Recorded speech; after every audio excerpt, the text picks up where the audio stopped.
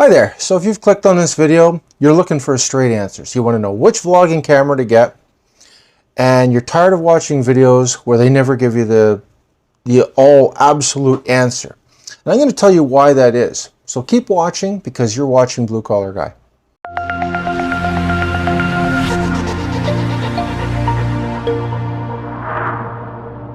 Okay, so today we're going to be talking about what vlogging camera that you should get. You want a definitive answer. Like me, I've watched a lot of videos, and at the end they'll say, well, it's really up to you, the choice is yours, and this, and you know, they don't really make any commitment to brand names. And the reason why is because they're accepting sponsorships to these companies, and if they give you a definitive answer, they could get themselves in trouble with the other companies. And that's understandable. That's how they make their living. But I didn't get any cameras sent to me for free. I bought all my own stuff. I'm unsponsored. And that gives me an advantage because I can give you the straight answer of what I think you should get if you're starting to get into YouTube and you're getting into vlogging. I'm going to show you a little setup that I have.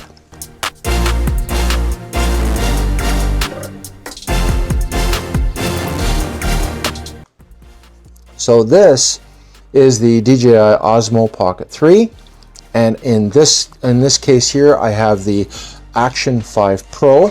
I also own the 4 and the 3, and I'm going to discuss that in some situations you might be able to get the 4 and why I don't recommend the 3 unless you're really worried about things like lens flare, because I've noticed that the lens flare issue that they're having on the Action 5 Pro is not happening on the Action 3, and it has to do with that low light sensor, because they started doing it on the 4 and I noticed it's kind of on the 4 too. So that's some interesting information. So you may want to actually grab a 3 for certain filming situations. So why am I picking the DJI Pocket 3? And what camera am I filming on? Yeah, there you go. Because imagine that, they tell you to get one camera and they're filming on another.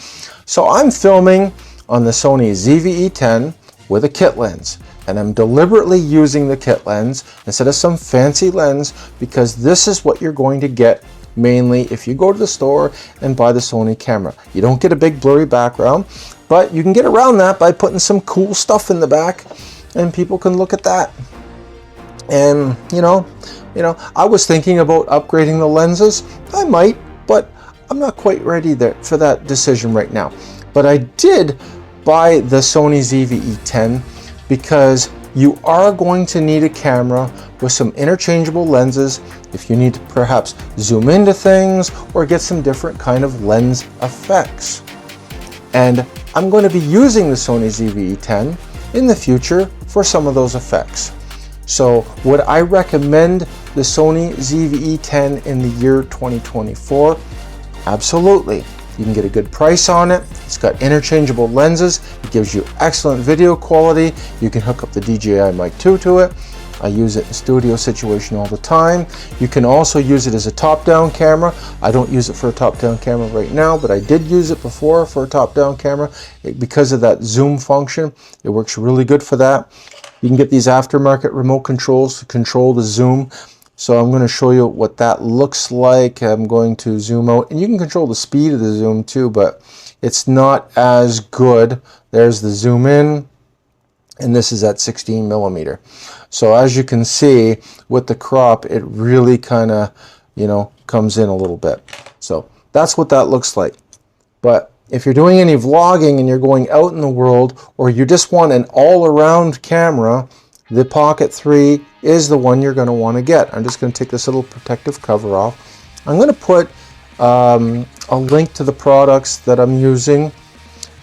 I am not an Amazon affiliate, so if you buy any of this stuff, I don't get a commission on that. So that's the other thing I'd like to mention, is that some guys will push certain things because they're getting commission on not only you watching the video, but on the products that you're buying through their affiliate links.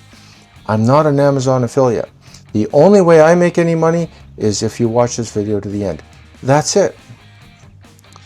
Now, this thing here, by the way, is a little magnetic thing, so if you want to stick the Pocket 3 on a pole or something, I'm just going to show you that really quick.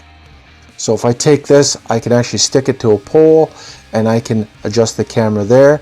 And as you can see, it offers a little bit of protection for the body as well. And then this is the tripod for the remote. And I have another tripod as well. And I'm trying to figure out where I stuck that. And it's got the remote control. Where did I put that? Ah, here it is. So this is the remote control for a DJI Action 2. It works on the 5, it works on the 4, it works on the 3. As a matter of fact, you can control the recording functions of all 3 cameras simultaneously. So you don't have to go around and go record, stop. You can do it all with this one little remote. I did a video on that. You should check that out. The tripod itself, not the greatest, but you can obviously, if I take this one off and I'm using these little Ulanzi clips, and I now have that, and I can even extend that up and get a little bit more reach in the sky if I want. You know, you can hold it like this. It's got a nice little grip to it. So I can film forward with this camera and maybe slow-mo while I'm doing video on this side, getting that 2-camera shot. Because you can color grade the footage from the cameras, you can match it a lot more closely than if you're using different kinds of equipment, meaning that instead of using Panasonic and Sony and DJI, you're just using DJI, you're keeping things more consistent.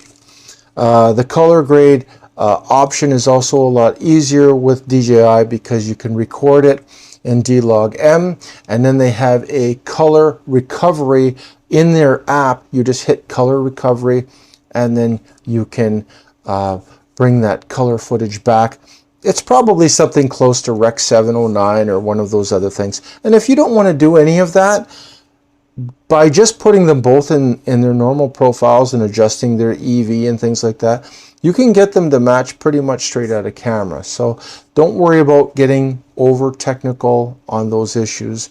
You don't have to unless you want to. The microphone connects very easily to both. The DJI Mic 2 will connect. You can actually connect 2 of them to this camera and this camera.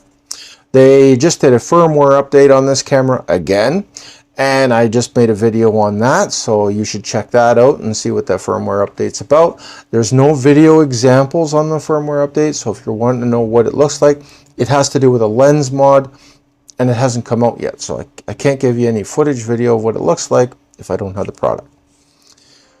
So why did I pick the Pocket 3 as the overall best camera? It's not just that you can use it as a vlogging camera when you can go out, but you can also use it as a studio camera when you're in. I've got this camera hooked in through a video switcher right now. I've also got a downward shot camera hooked in through the video switcher right now too. See, I'm in the corner and I'm going to zoom out. Let me just zoom out a bit so you can get a good view. And this is the video switcher. And this is what the downward shot would look like. And now I'm just going to go back to me. Now I'm going to take this camera on the fly. I'm going to pop it out like so. I'm going to put this one on the tripod. And I'm just going to, I have to fix this part to get the tripod to work better. And I'm going to take my Pocket 3. Now I've got the other battery, and I'm just going to move this over a bit just to show you what this looks like. Okay. And I don't know if you can quite see it. I'm going to have to turn the camera a bit. There we go. So this is the power battery, the extended one for the Osmo Pocket 3. It also offers a USB data connection as well. So the minute I plug my Pocket 3 into here, it's going to connect. Okay, so now, because this is an HDMI cable, because it's being converted from USB-C to HDMI through an OBSBot converter, It's called a UVC to HDMI converter. I made a video on that. That's in my videos as well, so feel free to go through my videos and watch what you want. I'm just going to push this back. If you want to know what this little thing here is, that is a homemade version of a teleprompter. Oh yeah, you can actually use a teleprompter with this by simply putting your phone in that and then using one of these little teleprompter controls. And you know, sometimes I have a very difficult time doing it on the fly, and you can stumble over your words a lot. Teleprompters can help you get all of your thoughts a little bit more organized. Do I use it all the time? Well, I'm not using it today, but I do use it from time to time if I have very specific things that I need to cover in my videos. So now I'm going to turn this on, and it's going to say webcam mode, and then I'm going to click it, and then I've got to turn it around. Now it's going to do the automatic face tracking, and I need to turn that off because I've had complaints about that. And now that is off, and now you can see the lights and stuff in the background. And I'm going to, because I can see in the screen, because that's the other nice thing about the Pocket 3 and why I recommend it, is because when you're looking into the screen on the Pocket 3, it's so close to the lens, you're looking into the lens. Your eyes are not doing that little adjustment. If you see me looking at, like, it almost looks like I'm kind of almost reading something, it's because I am. I'm looking at the teleprompter, so I had to position it so it's at lens height. So I'm looking past the lens and under the words. So I'm just going to switch over now to it because I have the video switcher. I'm going to find it on here. And now I'm going to look into this camera. And now we're talking about the Pocket 3. And I've got you know, my lights in the background and stuff like that. I'm just going to change this one light because it changed to a setting.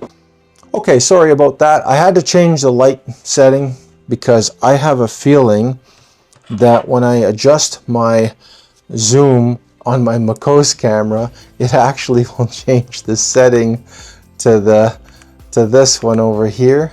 And I'm just going to see if that happened. No, it didn't do it that time. How about that? So anyways, getting back to the Pocket 3. So this is the Pocket 3 being used as a studio cam. And it does not give you the blurry background that some of the other fancy cameras get you.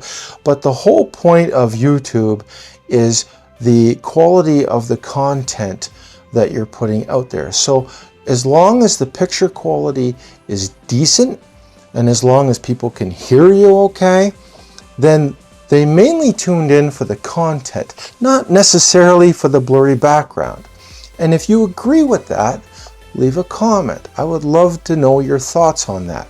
Do you prefer bad content and a blurry background, or good content and a clear background? Me, I'm tuning into videos mainly for the content. It's not for the blurry background. Yes, some of those camera shots that a lot of the pros are using are absolutely beautiful. You know, you throw $1,000 lens on a camera and it's going to look amazing. But YouTube is supposed to be about the content. It's supposed to be about what we're talking about. And I'm giving you the definitive answer. If you had to pick one camera, if I had to pick one camera to work with, I would pick the Osmo Pocket 3 because I can use it in the studio, I can use it outside, I can get the Action 5 or the 4. So if the weather's not the greatest, because I live in Canada, you may live in England, you may live in Australia, you may live in India, and the weather sometimes, you know, it dictates what we can shoot with. These little cameras are great for that. You can connect the mic with the Bluetooth. They're really good and handy for that. These cameras have come a long way in a very short period of time. If you do need a camera with interchangeable lenses, if that's a very, you know, it's a big thing for you, you will not be disappointed with the Sony ZV-E10. It is by far the biggest bang for your buck. I still use it. It's an 8-bit camera. It's not a 10-bit camera. By the way, this is probably the camera, this Pocket 3 is probably the cheapest 10-bit camera that you can get with, and you can buy the combos, you can get the filters. It's amazing what you get for the money and the quality of the images that you get out of this camera. But if you have to have interchangeable lenses, and I find myself in situations where I may want to swap the lens on a camera or get a different angle or a different shot, then the Sony ZV-E10 is a good choice. Would I recommend Panasonic? Would I recommend Nikon or Canon? I've got Canon. I'm not using Canon. I think for video, Sony and DJI are king. There's your answer. I'm not promoting Nikon. If Nikon was to approach me, I'd be like, I'm not changing my mind. I'm sorry. You're going to see other guys say, well, Nikon is, you know, it's their choice, but I'm not going to promote Nikon. Sony for video is king. I'm sorry. They're just really good. The sensor in this Pocket 3 is a Sony sensor. The sensor in a lot of cameras is a Sony sensor because they sell their sensors to other companies. Anyways, you wanted to know what vlogging camera to get, you wanted to know what action camera to get the Action 5 Pro or the Action 4. It's still a good camera. It connects with the mic. The Action 3 does not. If you're having issues with lens flare, if you really hate lens flare, then get the Action 3 and it will work just fine on the same app with that. But it breaks things up into chapters, which I don't like. And as I said, they did a firmware update. They didn't add the thing that I wanted though. I wanted shutter angle. I want shutter angle on this Pocket 3 and I want shutter angle on this. If they want to make their cameras pro, it's just a mathematical calculation. Put shutter angle on the cameras. Give it a toggle switch on and off, pick your shutter angle. If you don't know what shutter angle is, it basically calculates what frame rate your camera has to be for your exposure. So if you put an ND filter on there and you want to put it at shutter angle 180, so if you start changing your frame rate, it automatically will change your your 1/30, 1/64. It'll change all of that if you change it from 60 to 30 to 24. It'll do that for you. So then if you have an ND filter on there and you get that, you want that natural motion blur, shutter angle is the way to go. They put it on cinema cameras. I don't understand why they couldn't just put that program in these little cameras. It's just a program.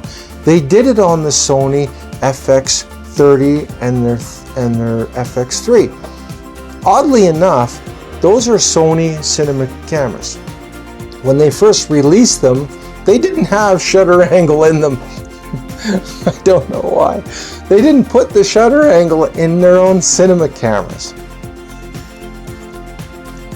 But they added it in the firmware update. They could put it in the firmware update on these two cameras. Any professional cinematographer who does cinematic footage, and they are using these little tiny cameras for cinematic footage. Other guys are making videos on how to do it. Put shutter angle in there, DJI. I know that you're listening because you've listened to some of my other videos. Put shutter angle in there, and if you agree with me on that, tell DJI, send them an email. The more of us that complain about it, the more likely it'll be done. So take care, be safe at work, and I will see you at the next video. Bye.